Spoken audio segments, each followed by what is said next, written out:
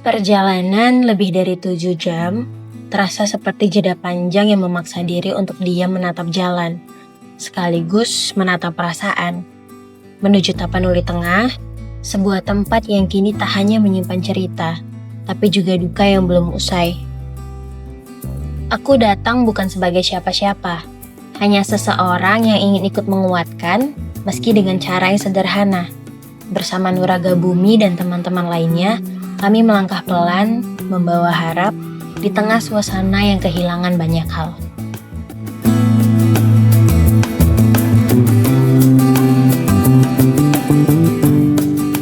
Kami berangkat dengan 2 mobil, satu di antaranya mobil bak terbuka, dipenuhi barang-barang donasi yang kami jaga sepanjang perjalanan. Bahkan, ada yang harus duduk di belakang, menyatu dengan angin, debu, dan dingin yang tak bisa ditawar. JJ dan Marcel sempat di sana, bukan karena ingin, tapi karena keadaan memang meminta kami untuk saling mengerti. Armada kami terbatas, tapi rasanya tidak ada yang benar-benar kekurangan. Kami bergantian tempat, berbagi lelah dengan cara yang sederhana. Seperti sekarang, aku dan Bang Jo duduk di belakang mobil pickup, membiarkan angin menyapa wajah sambil mengobrol ringan tentang apa aja. Di perjalanan seperti ini, kadang yang terasa bukan hanya jarak, tapi juga bagaimana kita belajar menerima bahwa tidak semua harus nyaman untuk bisa sampai tujuan. Pokoknya hari ini kita perang lagi, guys. Di mana kita? Kita ada di Sibolga melihat kondisi-kondisi yang terdampak. Tapi ingat sekali lagi ya, ini bukan dari pemerintah. Di tempat ini, kami tidak berjalan sendiri. Banyak tangan-tangan baik yang ikut membantu, memastikan setiap titipan sampai ke mereka yang membutuhkan. Tanpa mereka, mungkin langkah kami tak akan sejauh ini.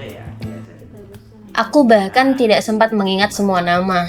Bukan karena tidak menghargai, tapi karena begitu banyak kebaikan yang datang tanpa sempat dikenalkan satu persatu.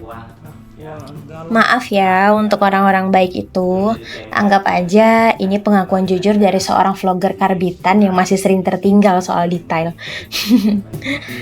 Di sini, kami lebih banyak mendengar daripada berbicara. Cerita demi cerita mengalir pelan tentang banjir yang datang tanpa permisi, tentang harta benda yang hilang begitu saja, dan tentang hidup yang kini harus dijalani dengan apa yang tersisa. Ada jeda di setiap kisah, seolah mereka masih mencoba menerima, sementara kami hanya bisa belajar untuk mengerti, meski tak sepenuhnya merasakan. Sejak awal, tujuan kami sederhana, menghadirkan sedikit ruang pulih, terutama untuk anak-anak. Kak Naila, sebagai founder Nuraga Bumi, memandu sesi trauma healing dengan sabar, dibantu oleh JJ dan teman-teman lainnya. Di sisi lain, Kak Lusti, Kak Evi, dan Marcel mengisi hari anak-anak dengan warna, dengan melukis wajah mereka, menghadirkan tawa yang mungkin sempat hilang. Sementara itu, Kak El dan Bang Jo menjaga barang-barang donasi di mobil, memastikan semuanya tetap aman sampai waktu dibagikan.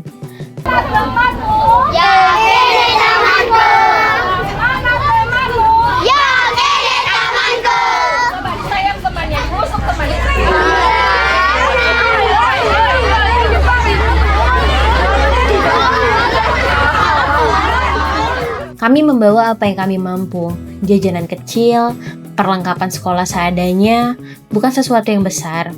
Tapi kami percaya, dari hal-hal kecil itu, senyum bisa kembali menemukan jalannya. Selepas sesi trauma healing hari ini, kami memutuskan berjalan sebentar, menyusuri sekitar, melihat apa yang tersisa, dan mencoba memahami lebih banyak dari yang tak selalu bisa diceritakan.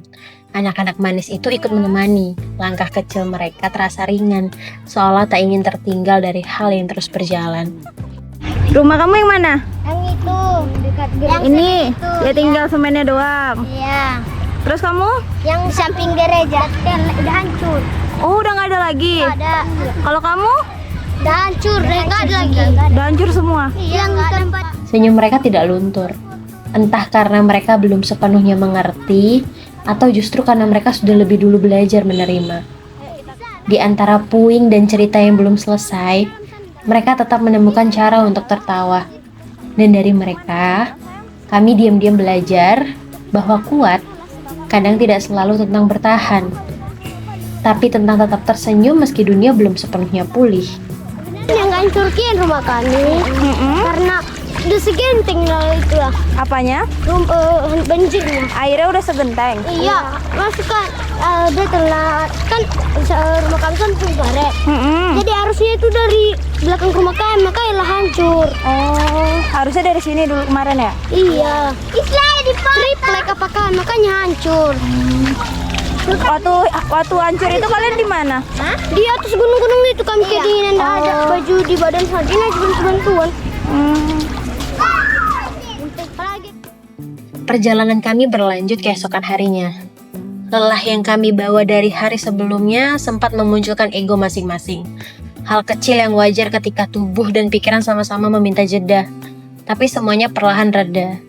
Ketika kami kembali mengingat tujuan awal dan memilih untuk saling memahami dengan lebih tenang. Hari ini kami masih berada di Tapanuli Tengah, menuju Desa Tuka. Tidak banyak yang berubah dari niat kami. Kami kembali melanjutkan trauma healing bersama anak-anak, serta memberikan apa yang bisa kami bagi. Hal-hal sederhana yang kami bawa mungkin tidak cukup untuk mengubah banyak hal, tapi setidaknya kami berharap kehadiran ini bisa sedikit meringankan dan membuat mereka tahu bahwa mereka tidak sendiri. Sama seperti kemarin, selepas trauma healing, kami kembali berjalan berkeliling, melihat lebih dekat sisa-sisa kerusakan yang belum sepenuhnya pulih. Setiap sudut menyimpan cerita yang berat, tentang rumah yang tak lagi utuh, tentang kehidupan yang harus disusun ulang dari awal. Jadi tadi kata ibu-ibunya, dulu nih sepanjang jalan ini tuh rumah, padat penduduk, dan jalannya tuh cuma ada di sebelah sana. Tapi sekarang rumahnya udah pada nggak ada. Ini tuh masih ada kayu-kayu gelondongan. Sebenarnya di sana tuh katanya masih banyak lagi, tapi agak capek ya jalan.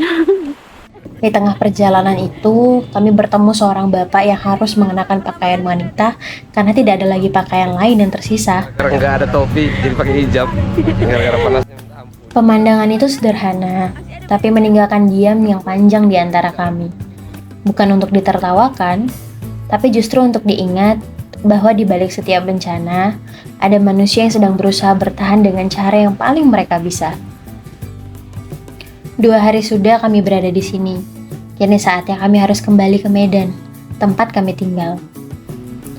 Rasanya berat, seperti masih ingin memberi lebih, masih ingin tinggal sedikit lebih lama untuk membantu. Di depan mata kami, masih banyak yang tersisa dari bencana ini. Tempat ibadah yang rusak, rumah-rumah yang hancur tak bersisa, dan harapan hidup yang tetap mereka gaungkan dalam doa-doa yang tak pernah putus. Saat ini, yang bisa kami bawa pulang hanyalah doa. Karena kami sadar, ada batas dari apa yang bisa kami lakukan. Tentang trauma yang masih membiru, dan kesabaran mereka yang tak pernah benar-benar luntur. Semuanya terasa tinggal diam di dada. Dan ketika mobil mulai menjauh, bukan berarti cerita ini selesai. Justru di titik itu kami sadar bahwa pulang bukan berarti lepas. Hanya jeda untuk kembali mengingat dan mengusahakan hal-hal lain yang mungkin masih bisa dilakukan dari tempat yang berbeda. Semoga langkah kecil yang kami bawa ke sini, meski sederhana, bisa tetap tinggal sedikit di sana, di antara luka yang perlahan belajar sembuh, dan di hati orang-orang yang tetap bertahan.